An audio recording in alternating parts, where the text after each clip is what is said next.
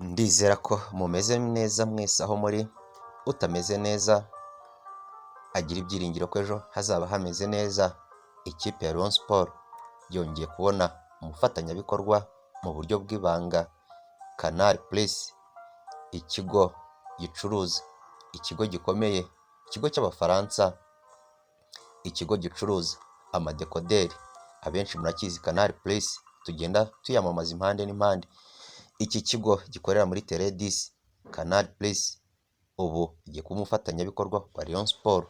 Aho amakuru dufite nuko iki kigo hasigaye ibintu bikeya kugira ngo gisinyanye na Rayon Sport, aho iki kigo kigiye kuzajya cyerekana imikino ya Rayon Sport, kandi iki kigo kikaba cyemera kuzajya gitanga amafaranga ari hejuru ya miliyoni 300 za buri mwaka. Kugeza ubu ngubu ikipe ya Rayon Sport ikaba uyu mufatanyabikorwa wa Canal Plus Rwanda. Amasezerano ashobora kuzagaragazwa akaronshingwa mu gihe cy'uko shampiyona yabitangiye mu buryo bw'ibanga, ariko ikipe ya Rayon Sport yamaze gutangira bimwe mu by'ibanze, aho Rayon Sport yagejejweho uyu mushinga wo gufatanya amasezerano, bakaba warohereje Canal Plus, aho bakirimo kunonosora, aho Canal Plus byasabaga ko ibanza kumenya uruhare rwa televiziyo Rwanda, kuko nayo ari ifite uburenganzira bwo kuzagaragaza shampiyona y'u Rwanda, kumenya uburyo yazakorana na Rayon Sport. Ariko ibi bikaba byaramaze kunozwa, isaha n'isaha dushobora kubona ikipe yambara ubururu n'umweru itazirwa akazina ka Gikundiro cy'Abanyarwanda tuyibona kuri Canal Plus igaragaraho. Ariko ubu bufatanye buje nyuma y'uko iyi kipe ya Rayon Sport igeze kugirana ubufatanye na Canal Plus yo kuzajya yerekana amashusho yayo, ariko byabaye uburyo abenshi murabyibuka aya masezerano yigeze kubaho ariko ntiyanozwa neza, bisa nk'ibiza guhagarara, aho umuyobozi wa Rayon Sport w'icyo gihe waje kweguzwa na RGB Munyakazi Sadat baje kugirana amasezerano y'uko ibiganiro bya Rayon Sport birimo imyitozo n'ibindi bintu byazajya bica kuri Canal, ariko ntibyaza kunozwa mu buryo buzima. Ariko ubu ngubu amakuru dufite kandi twizeye nuko Canal Plus Rwanda yaramaze kugirana ibiganiro na Rayon Sport, aho bazatanga amafaranga atari makeya. Iyi kipe ikundwa n'Abanyarwanda itazirwa akazina ka Gikundiro cy'Abanyarwanda, ikipe yavukiye i Nyanza, ikipe kugeza ubu ngubu iyobowe na Uwayezu Jean Fidel retired captain. Kugeza ubu ngubu Canal Plus iri mu biganiro bishobora kurangirana n'iyi minsi ya vuba, aho dushobora kuzava muri iyi minsi 7 yo kwibuka abatugaruka Rayon Sport byararangiye, kuko shampiyona iratangira ku itariki 17 z'ukwa kane ikinwa mu matsinda, aho twababwiye ko aya makipe yose azakina nta mukino wo kwishyura izabamo. Ikipe ya Rayon Sport kandi ikomeje kugenda iganira n'abafatanyabikorwa batandukanye, aho Airtel yari yemeye gutanga miliyoni 200 za buri mwaka, ariko icyari gisigaye ni ukumenya ngo ese Rayon Sport irakorana na MTN yongera ikorane na Airtel. Ariko twaje kumenya ko ibi bya MTN bisa nk'ibyahagaze, kuko MTN yatangaga amafaranga makeya, ariko Airtel akaba ariyo yari ikomeje urugamba ishaka ikipe ikunzwe n'Abanyarwanda gukomezanya amasezerano, kuko ikipe n'ubundi yahoze ikorana iyi timu nini ngari ya Airtel yahoze ikorana na Rayon Sport. Rayon Sport ariko uyu mufatanyabikorwa Canal Plus byishimiwe n'abakunzi benshi ba Rayon Sport bakimara kumva iyi deal, kandi ni deal nziza, ubwo Canal ishaka gusinyana na Rayon Sport imyaka 5 ari umufatanyabikorwa wayo. Abenshi bati Canal niyo twari dukeneye. Ni nyuma y'uko ibya stand time byigeze kuvugwa byaje kurangira, ariko twaje kumenya ko ibi bitigeze bibaho, ahubwo ibi ngibi ari uburyo Munyakazi Sadat yajyaga akoresha ashuka abafana, avuga ko hari abafatanyabikorwa barimo kuganira, ariko mu by'ukuri washaka abo bafatanyabikorwa ntibagaragare. Equity Bank nayo iri mu biganiro n'ikipe ya Rayon Sport. Kugeza ubu ngubu akaba hakirimo ibibazo bimwe na bimwe bitari byakemuka, aho bavuga ko ikipe ya Rayon Sport bashaka kumenya niba nta yindi bank ikorana nayo, ariko Equity Bank ikibazo cyayo yatangaga amafaranga makeya kandi gashaka kwamamazwa mu bintu byinshi. Kugeza ubu ngubu ikipe ya Rayon Sport irimo kwitegura shampiyona izatangira tariki ya 17 z'ukwa kane. Ubu ngubu nayo yamaze kwandikira Ferwafa isaba ko yazasurwa nayo igatangira umwiherero mu Nzove, aho ikipe isanzwe ikorera umwiherero ikorana n'imyitozo. Ikipe ya Rayon Sport buri mufana wayo yiteze kuzareba muri uyu mwaka ikizagaragaza kuko iyi shampiyona izakinwa mu matsinda. Birashoboka ko iyi kipe ya Rayon Sport uyu ari we mwaka ishobora kudahuramo n'ikipe bihora bihanganye mu keba wayo APR, kuko izi kipe zigomba kujya mu matsinda amwe, kandi ikipe ebyiri zizahura ku mukino wa nyuma nizo zizanasohokera igihugu. Bishoboka ko Rayon Sport cyangwa APR imwe muri zo iramutse itaje mu makipe idayoboye itsinda yaba irimo ngo zihuriye ku mukino wa nyuma uyu mwaka, byaba birangiza ikipe zidahuye, aho abanyarwanda bose abakunzi b'umupira w'amaguru mu Rwanda baba biteguye kureba umukino uhuza aya makipe yombi, yaba ari APR Football Club na Rayon Sport. Ariko Rayon Sport abakunzi bayo banyote no kongera kuyibona mu kibuga, aho bavuga ko iki gikombe bagomba kukibona umwaka utaha bagahagararira u Rwanda, kuko ariyo kipe abakunzi bayo bavuga ko iyi niyo kipe ihesha ishema igihugu cy'u Rwanda. Nk'uko abafana bayo bakunda kubivuga, bavuga ko iyi kipe iri mu marushanwa nyafurika, buri munyarwanda wese aba yizeye ko atari ikipe iviramo mu makipe abanza mu majonjora y'ibanze, ahubwo ari ikipe y'amatsinda, ari ikipe y'ibikombe, ikipe ikomeye. Ikipe ya Rayon Sport yamaze gusinyana n'umuterankunga uzayambika Jacob Premium abenshi murayizi. Jacob Premium niyo yambika Borussia Dortmund yo mu Budage, ikanambika n'ikipe ya Leicester City. Jacob Premium yambika amakipe akomeye ku mugabane w'Uburayi na Rennes yo mu Bufaransa na Marseille. Ayo niyo makipe muri aka karere k'ibiyaga bigari. Ikipe ya Rayon Sport niyo izaba yambaye Jacob Premium.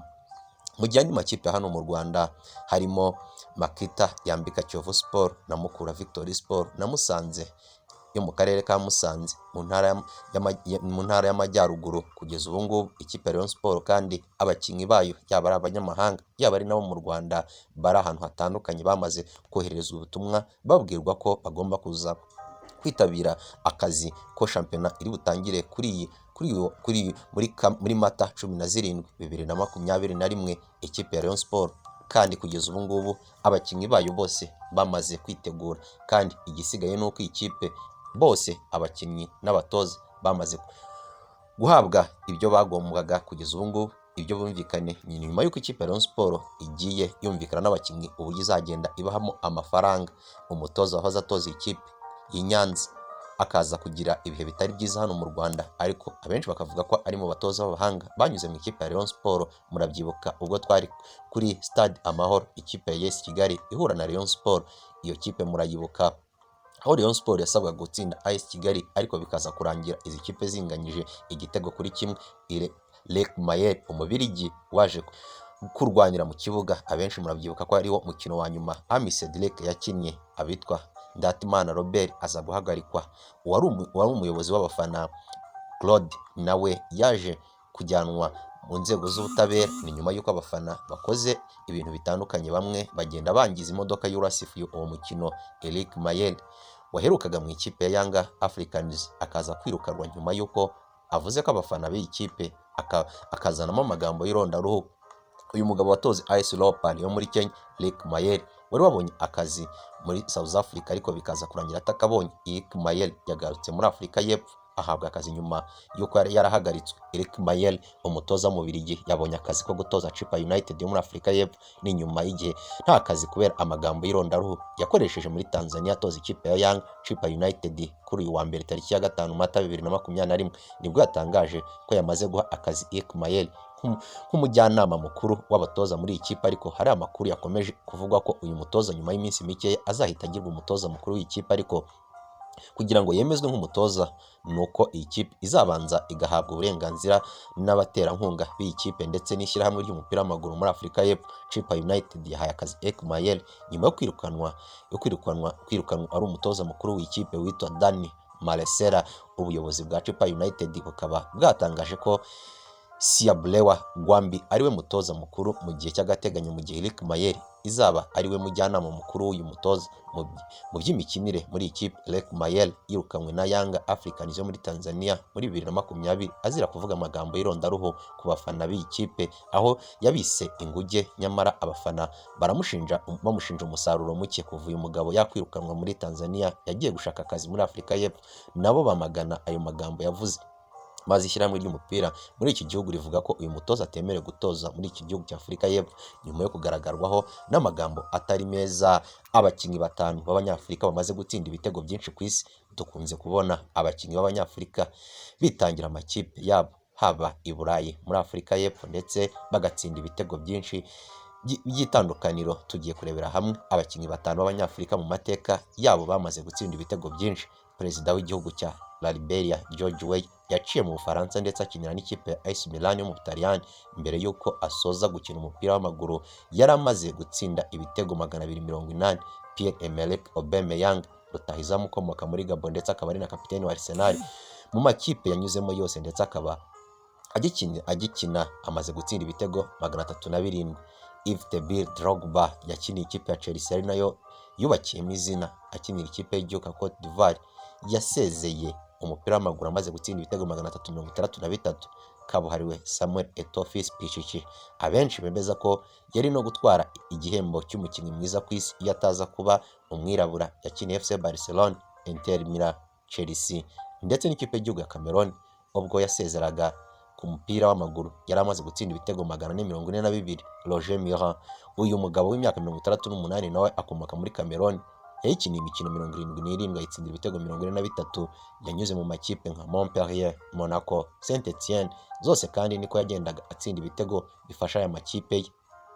Ubwo yajyaga guhagarika umupira w'amaguru mu 1996 yari amaze gutsinda ibitego 479 bimushyira ku mwanya wa mbere muri Afurika kugeza ubu ngubu.